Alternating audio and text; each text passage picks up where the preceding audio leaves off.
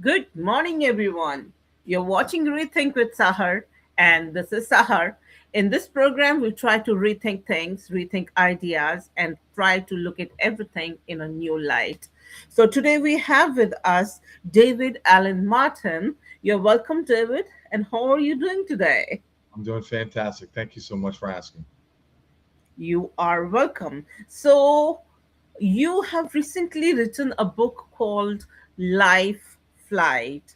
So it's the life flight in itself seems like such an um, uh, an idea, a title that creates a lot of enthusiasm. So what is it all about? Okay, Life Flight is actually taken from the. Are you aware of Life Flight in Houston, Texas? Mm-hmm. Okay, it's a medical helical helicopter ambulance system, and they fly around and they save people. Um, One of the things that's very important to notice is Memorial Hermann Hospital is considered to be a level one trauma center. It's one of the best in the world. So Beautiful, them having Life Flight puts that hospital in a very unique position where they're able to save a lot of lives. beautiful. It is. That's amazing. Yeah. So, it is about your own traumatic uh, incident that you had to go through. What is it all about? I'm very excited about it. Okay. I woke up one morning, couldn't tell you the exact day. It was 20 something years ago. Kissed my wife on the Mhm. cheek, said, "Good morning. Have a nice day. I'll see you after work." Went outside, got in my truck, backed out of my driveway, drove 50 feet forward in a Dodge Quad Cab 350, a 6,000 pound truck going 85 miles an hour, veered off the road and hit my car right on the driver's side door, threw my little tiny car 310 feet out into a cotton field. Oh, ooh. So it was a catastrophic accident. I ended up with a Category 7 traumatic brain injury, Category Oh 9. my goodness. I was in a Glasgow coma scale of 8. 9 is you're not coming back. I had 38 broken bones, one of them being my head, and they had to use the jaws of life to remove the steering wheel from my head. Oh my goodness. So it was pretty Oh.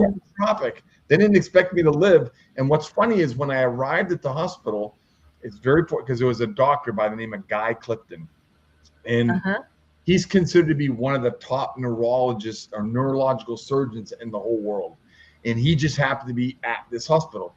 He developed this new procedure that they had played with it, but they haven't really done it yet, where they take your body core temperature and they bring it down to around 60 degrees and they hold it there for 48 hours, maybe longer, maybe less, and then they gradually warm you back up.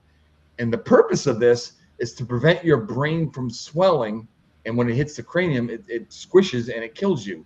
And they tried me. That's how they saved my life. They wrapped me in blankets, they drilled holes in me, filled me full of cold fluid, and froze me for 2 days. And when they warmed me up, I lived. I was still in a coma for 3 months, 4 months, but my brain was okay. So it was pretty amazing. Wow. It's such a the way you say it's pretty amazing. It's an amazing story of survival It's and a, of the medical technology that we have and the brains behind them, the surgeons, the neurosurgeons, and all the doctors. That's amazing. it really is amazing because I was told that had I had the same accident in maybe 500 miles, because Lifeline has a radius range of 300 miles. They're trying to Okay. get better choppers to go farther, but that's as far as they can go from their home base, which is Memorial Hermann. There are other Mhm. life flight companies around the United States that do similar things. I just had experience with Life Flight in particular to Memorial Hermann. Wow. Nonetheless, those helicopters are limited to a range, and I was told if that accident would have taken place somewhere else, I wouldn't have been brought into Memorial Hermann. I wouldn't have had Dr. Guy Clifton, and Mhm. I probably wouldn't be living right now because the accident was that catastrophic. Oh my goodness. It's amazing. It's amazing how things fall together when like in my country, like I'm from India originally. Yep. So they say that there are thousands of reasons if you have to live. And if you do not have to, if it's your time to go, then nothing works. So everything fell together for you, and thank you, universe. That's such an amazing, beautiful smile, smiling faces with us. Thank you. It's funny because I, I hate to sound like a stereotypical, oh, he had a bad thing kind of person, but I appreciate life a lot more today than I did prior to my accident because Hmm. I had two daughters, I'm sorry, two children that had been born after the accident that I never would have known. One of my children had just been born and was 4 months old. So everything Wow. I've experienced over the last 20 years with these kids is all a gift as far as I'm concerned because I wasn't supposed to be here to enjoy it. Yeah, absolutely right. And how do you think of it? Like, um, definitely, it's a gift. Yes. Life is a gift. In the Yeah, first place, it's a gift, and then we don't realize what life is, and then we get such shocks that we come back to our senses and see that this is life, and we realize what we are having, what a exactly. gift we have. Exactly. So, how has your attitude towards life changed after that? Well, my idea of what success is has changed greatly. There's no doubt about that. Mm-hmm. At the time, I mean, we've heard uh, philosophical persons all over history say the exact same thing. The most valuable thing we have is our relationship with God, regardless of what that name may be. That's always considered to be the most valuable relationship anybody can have. And in my case, I hope that's true because that's how I credit my survival. Because I'm an engineer, so I look at things in a mathematical equation, and there's no way this mathematical equation could have been solved without God. It's just impossible. It's Because like there's nothing. there's just too many variables for all to fall into place perfectly without someone doing it. And that's how I see things. Exactly. Without someone doing it, there Exactly. is certainly a universal force. Call it God, call it Allah, call it Bhagwan, or what, Jehovah, or whatever you want to call. But there is certainly a, a force behind everything, that's a universal force. Call it a quantum principle, whatever you want to call it if you're a scientific person. Sure. But then everything is being managed by someone. I So agree.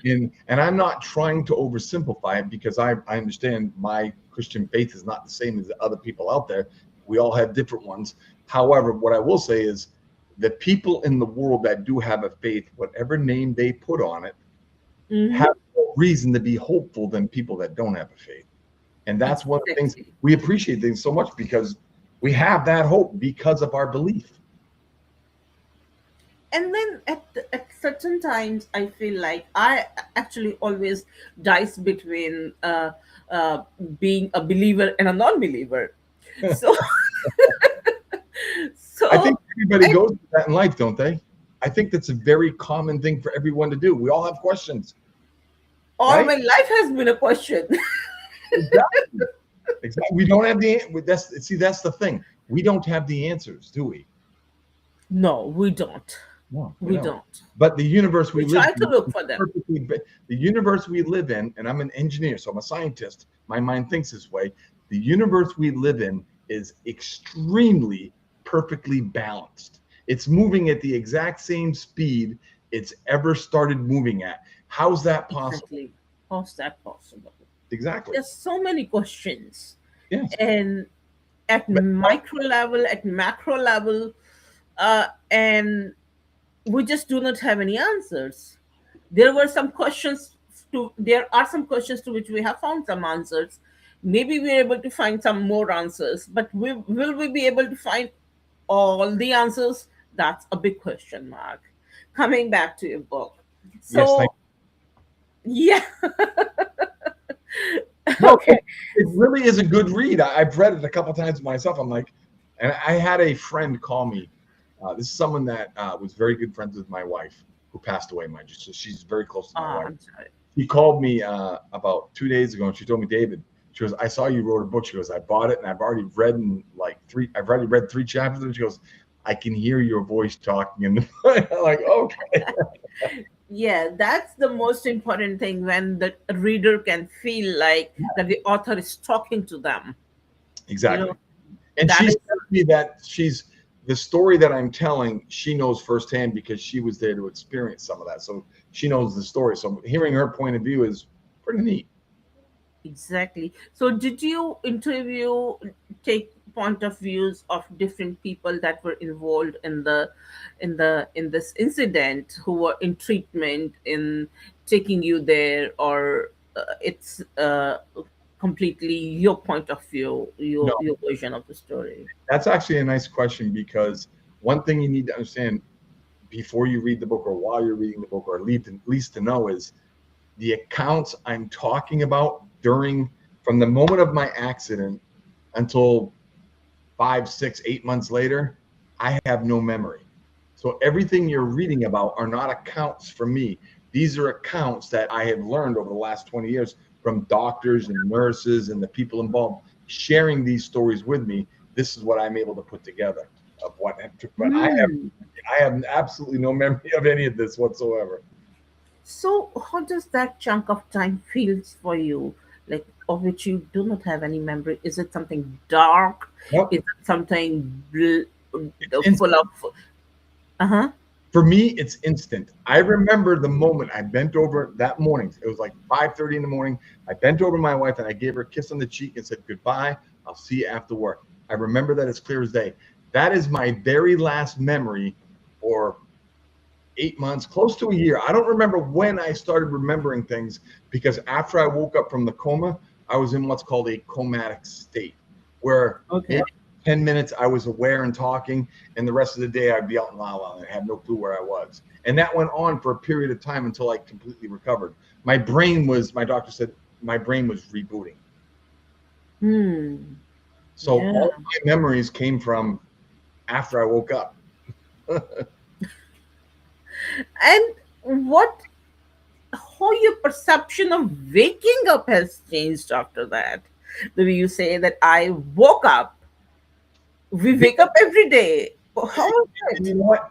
You know that feeling when you get into bed and this. I want to explain to you exactly what a coma feels like. Okay, when you Mm-hmm. go to bed at night, on those nights you've stayed up later than you should have, and you're really tired, and you fall asleep real fast. Next thing you know, it's just you don't have any thoughts, you're just asleep until boom, all of a Ah, sudden in the morning you wake up. That's exactly what the coma felt like, except the amount of time that went in between me falling asleep and waking up wasn't hours; it was months, it was months. many months. So That's beautiful way to put it. there was no pain involved. There was no, I mean, it was the physical therapy was difficult. I'm not going to lie to you, but it had to be done. There's nothing Mhm. to do about that. If you're going to have a Yeah. life again, you have to go through that. So, but I wouldn't say that was painful. It was just fatigue. Mm. And how is your life different from what it used to be before? Your attitude of your loved ones towards you, for example, your wife, your kids, and your parents, their attitude towards you, and your attitude towards them. I can honestly tell you, I've accomplished about 100 times more in the last 20 years than I did in the first 30 years before that. And I'll give you an example. Since my accident, I've written this book. Plus, I'm on my third book. I'm sorry, my fourth book. That's part of a 3 book series I've already done. I've also written and released 3 songs. Literally, Wow. on radio. I'm creating things. And as an engineer, oh my goodness, because I am an engineer. I'm not a writer. I'm not an artist, a musician. I'm an engineer. And I've developed projects since my accident that I don't think I was capable of doing before my accident, only because I didn't have the experience I've accumulated since my accident. So my brain, it's amazing because I remember Dr. Clifton, who's a neurologist, took me aside one day and he said, "David, we did a 3D scan of your brain after the accident, and the whole frontal lobe, this area here, was black." He goes, "That's an Mhm. indication of brain damage."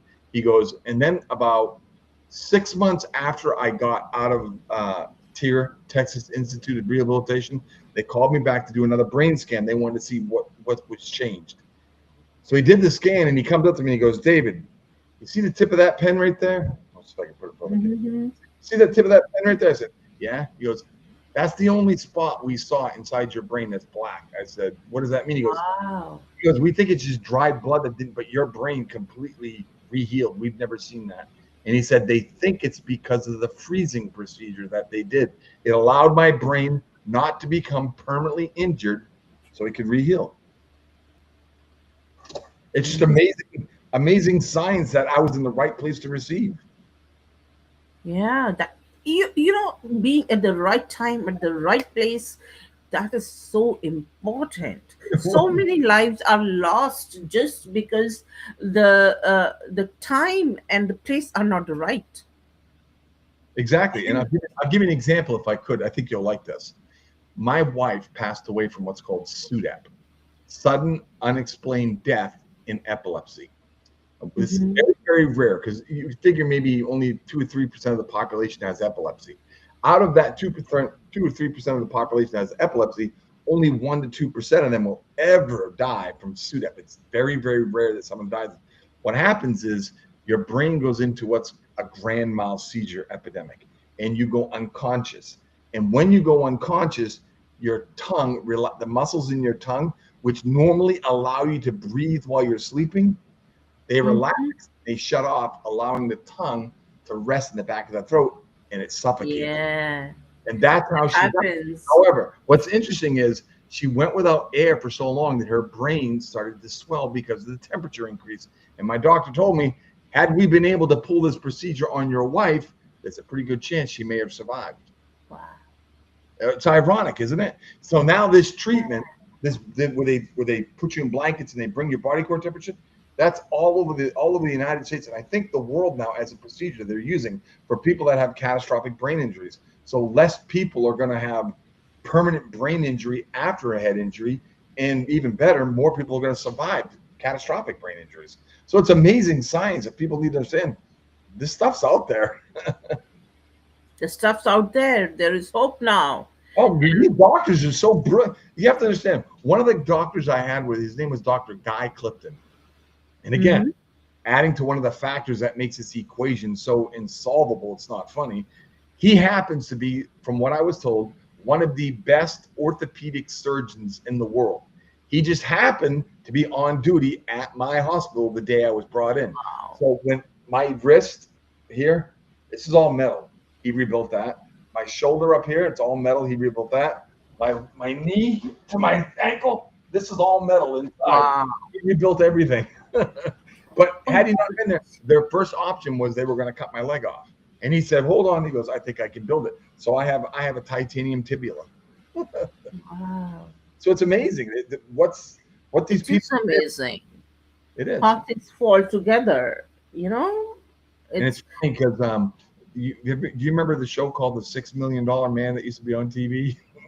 hmm Okay. Anyway, uh, he had an accident from NASA. He crashed, and they rebuilt him. That's what they called him the $6 million man because they spent $6 million to make him part robot. They spent $1.7 million to rebuild my leg and my arm, so they called me the $1.7 million man.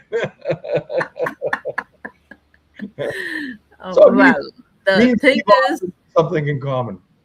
it's money. Money is one big part, but the main important part is even if you have money, if you do not have the techniques, or what would you do?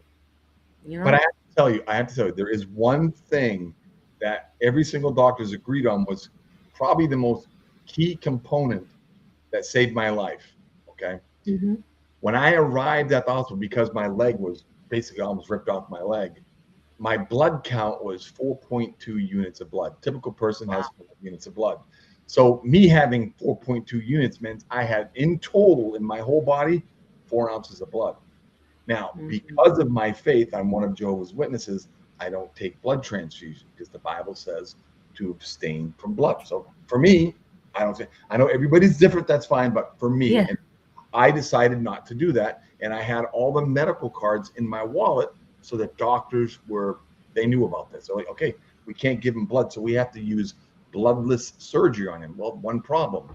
My blood count was 4.2. I had 4 ounces of blood in my whole body. And you can't live without blood. So we have an organization called the HLC, the Hospital Liaison Committee. And when somebody's in a bad accident, these group of professionals, and these are very highly trained medical professionals, Hmm.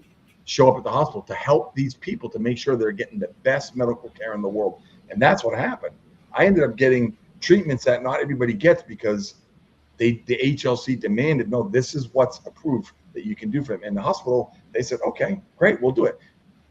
Memorial Hermann Hospital, not only were they probably the best trauma center in the world, they were some of the most humble people in the world to allow an Beautiful. organization to come in and help. They didn't tell them what to do.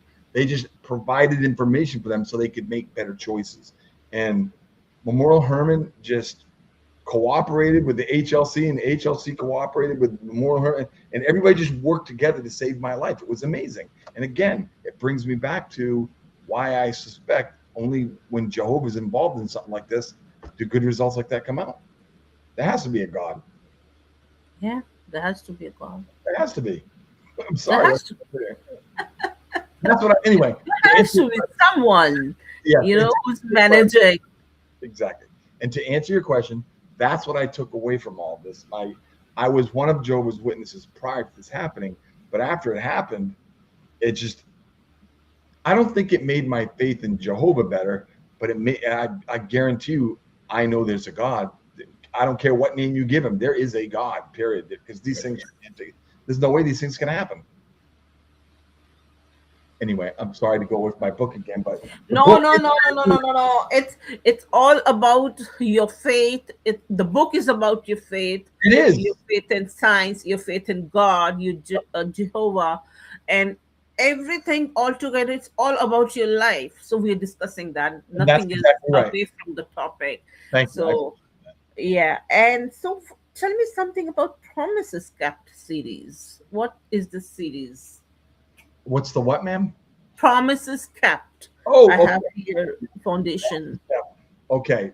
This is very, I'm glad you asked. This is a very interesting question. So I'll try to answer it as quickly as and directly as I can. We have time, don't worry. Okay, good. Typically, for most Christian people, regardless of whether you're Baptist, Catholic, whatever, when you die, you go to heaven. This is a common thing that people believe in Christianity. However, when you read the Bible, we learn that Adam and Eve were and Christians across the board all agree on this. Adam and Eve were Mhm. created by God. They were placed in the Garden of Eden, which is on planet Earth.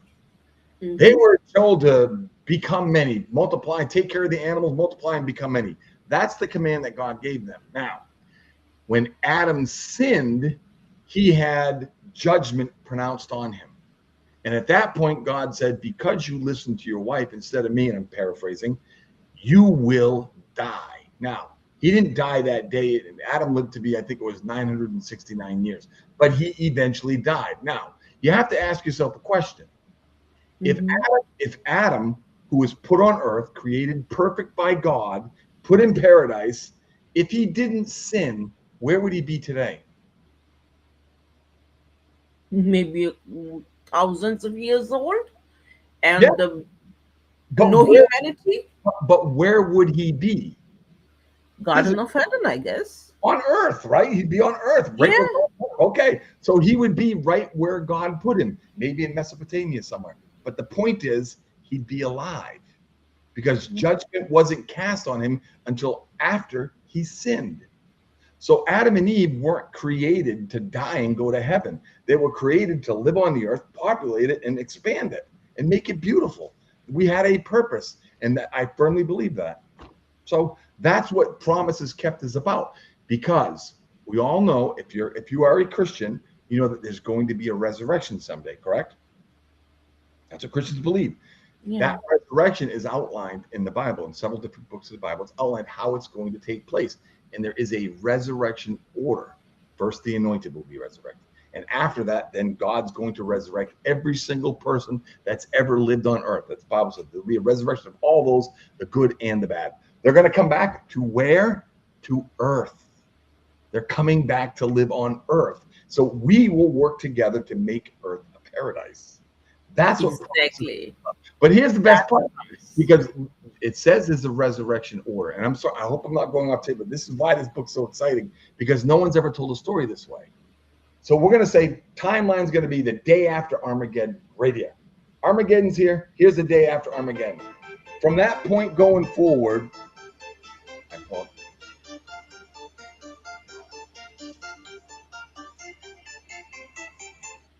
We are from that live. point going forward, people are going to start being resurrected. And the Bible says the way they're going to be resurrected is the last person to die will be the first person to be resurrected. And then it will go backwards. Now, there's a reason for that, we assume. But we assume because God is a loving God, he wouldn't want, say, Abraham Lincoln to be resurrected tomorrow when all the people that knew him would still be dead. So he wants us to come back. Now, this is not a Bible teaching. This is my assumption because I know God's a loving God. I want to make sure I'm clear about that. I'm not talking about a Bible teaching. That's how I solved that problem. It's okay. That's all right. But anyway, that's, to make a long story short, that's what promises kept us about. Because as we go forward in time, the people that are being resurrected to life are people from history. For instance, Adolf Hitler gets resurrected. The Bible says all those in the memorial tombs will be resurrected. That includes Hitler. So we can talk to Hitler. And bear in mind, this is a theoretical book. It's not based on Bible. I'm making this story up. And I want to be clear about that, okay? Because a lot of people pretend that We have all us of us have a personal relationship with God, exactly. and we talk to God the same way. For example, I never say, "Oh my God, you're my Lord, you're my this and that." Oh, hi God. That's my attitude towards him. How you So communicate with God is that's your business. God is yours. God, Exactly. God is a personal relationship. It has nothing to do with what is written, what is not written, or what is understood or what is not understood by Agreed. others. And that's what I'm trying to make sure people know is the book that we're talking about is a series of books. It's not based on what the Bible says. It's a story that I made up. And that's what people, I'm not trying to claim I know more about the Bible. I'm making up a fictional story. And I have to make sure people understand that. Because wouldn't it be interesting to go back in time and meet people like Abraham Lincoln or meet people like, I don't know, somebody from history, George Washington or Mahatma Gandhi. Think of the people you can sit down and talk to that you can't now because they're gone. And that's what this book's about. People will take modern day knowledge and go back in time and speak to people that we all want answers from people. What happened to JFK? The people that I know are dead. Now we can find out. We can ask them what happened. We'll tell. What happened? Exactly. Yeah, But that, we will have. and the way the book's going to work is every couple of 100 years, there'll be a new book. So we're meeting people as we go back in time. And the first person to ever pass away was Enoch. So he'll be the last person to be resurrected. And we'll meet Enoch. And after that, everybody's been resurrected. So it will stop. Will stop. Beautiful. That's when the book will stop. That's an amazing concept. That's an I like it. amazing concept. I'm hoping people Yes. find it interesting because it's not a story that's ever been told. Typically, people tell a story like this. You go to heaven and you live in heaven, or you come back from heaven and you're living in the same. This is completely different. It's completely different. Beautiful. And you life flight, you said, is deeply personal uh, uh, account of consciousness, of faith. And what do you think is consciousness according to you? Is it something believing in God, or is it something different than God, or is it in scientific terms? I don't know. Socrates, I believe it was Socrates, said that I think, therefore I am. I think that was Socrates or Plato. Descartes. Who was it? Rene Descartes. Okay. I think, therefore I am. That's, I guess, the beginning of consciousness. And where does that begin? I don't know. I may be a scientist because I have a BS, Bachelor's of Science, but I'm a mechanical engineer. There's so many things I don't know. It's not funny. That's the best part about being an engineer, because as an engineer, the one thing we're taught to do is to look for answers. And I love that about my career, what I do. I look for answers every day, whether I'm solving kinematic mechanical function or some theoretical thing. Actually, we have a limited time on Earth, and Yes, we can cover a limited space. We cannot be everywhere all the time, so we can have only limited answers to limited questions, not all the questions. So that's all right. If you Even if somebody doesn't have an answer, most of us do not have answers about many things, but right? But doesn't my it, way of asking, I'm sorry. I'm sorry, I apologize. Doesn't it make it more fun taking the time to look for those answers though? Exactly, exactly. So it That's gets what you thinking. actually I myself am working on consciousness. And that's why I was a bit curious about it, that how consciousness is different from faith. Or does consciousness make the faith, or faith makes the consciousness, I, or I think I have a theory on that as well. Mhm. Consciousness is something that we just have because we're alive. It's not something that we can change or modify. It's just there. Instinctively exists within us. And by the way, I think spirituality does too. And I'll give you my reasoning why I believe spirituality is instinctively in us. Go anywhere in the world. I don't care where you go. Meet any people from any point in time, from the beginning of time until where we are now. What's the one thing that every single one of those people have in common? consciousness, What's that? awareness. Even if not consciousness, they were aware, a little bit aware.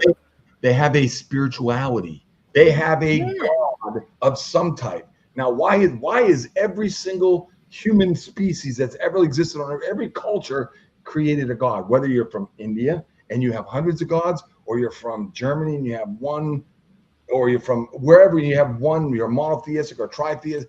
Why do people all have that one thing in common? Because it's instinctively designed into us to search for it. maybe it is that just that we are scared.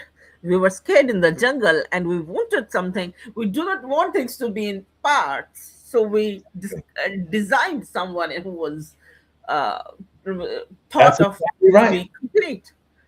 In my opinion, that's exactly when you're hungry, you look for food, don't you? When you're thirsty, you Yeah, look for water, right? When you're spiritually right. starving, you look for a spiritual God. And that's what people all over the world have done. Obviously, if there's only one God, that means a lot of people have to be wrong, but they still look, don't they? Yeah. Actually, what I believe is it's not the religious or the organized God. It's more of the spiritual God that is within you, the consciousness that we call. For example, I go by Hindu philosophy, not the Hindu religion, but the Hindu philosophy. They Mhm. say Tattvamasi, thou art that, I am that. So the consciousness that is within me is also within you, and it's everywhere in every being, in every particle in the universe, and that consciousness is what it is. Well, without being alive, we can't be conscious. So I can't disagree with you. I wish I Yes, could, but I exactly. can't because all of those things have to exist in order for me to be Because alive. we're alive. Yeah. Exactly. That's exactly right. Consciousness is, yeah, that's right. But then So you have to thank ask us. yourself, you really have to ask yourself a question though, okay? What? Why do we have free will? We're the only species on Earth that possesses free will. Why? Think about that. I would Animals, like to ask one question. animals don't have free will. Plants don't have free will. Chemicals, solids, gases, they don't have free will. The only thing that was ever created or came into existence somehow that has free will is mankind. That's it. It's because we have consciousness. Exactly. We have Yes. consciousness. We know what is right and wrong.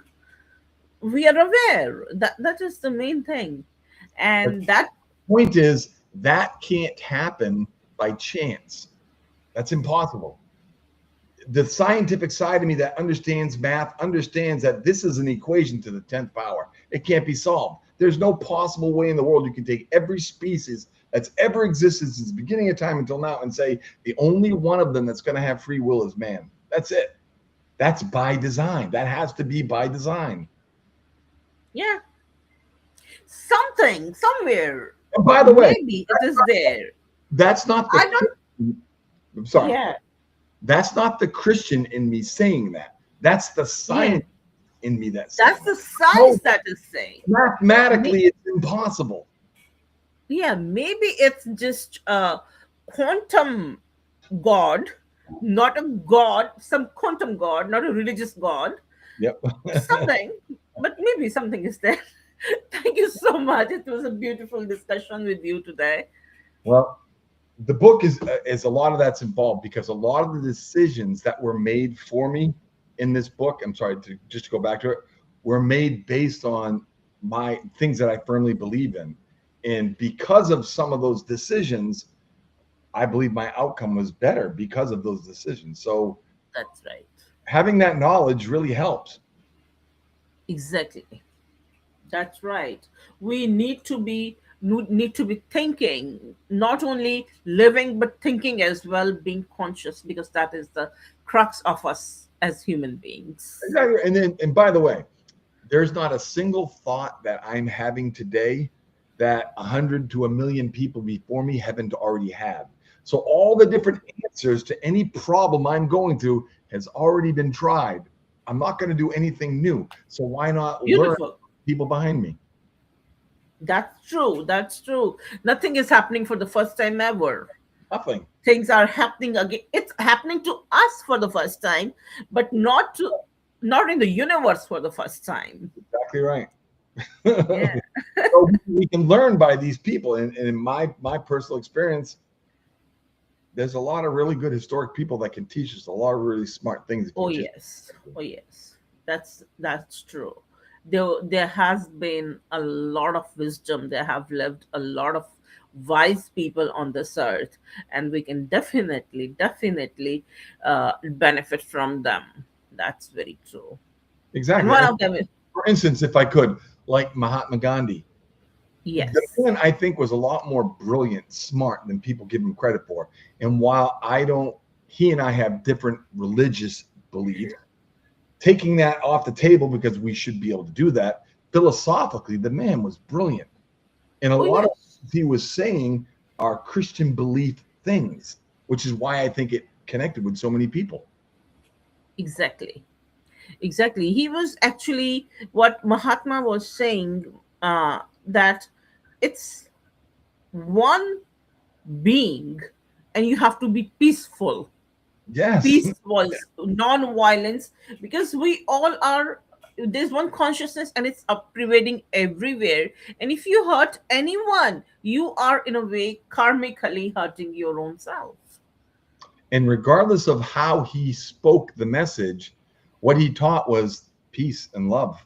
Period. Peace That's and what he taught. love. So, Yes. and there's just no way that can be wrong. No, it cannot be. And I don't Actually, mean to make it sound I don't mean to make life seem so simple, but in reality, if everybody was humble, it would be that simple. that's right. Actually, what I believe in is that nature in its expression is very simple. But if we try to understand it, it's so complex.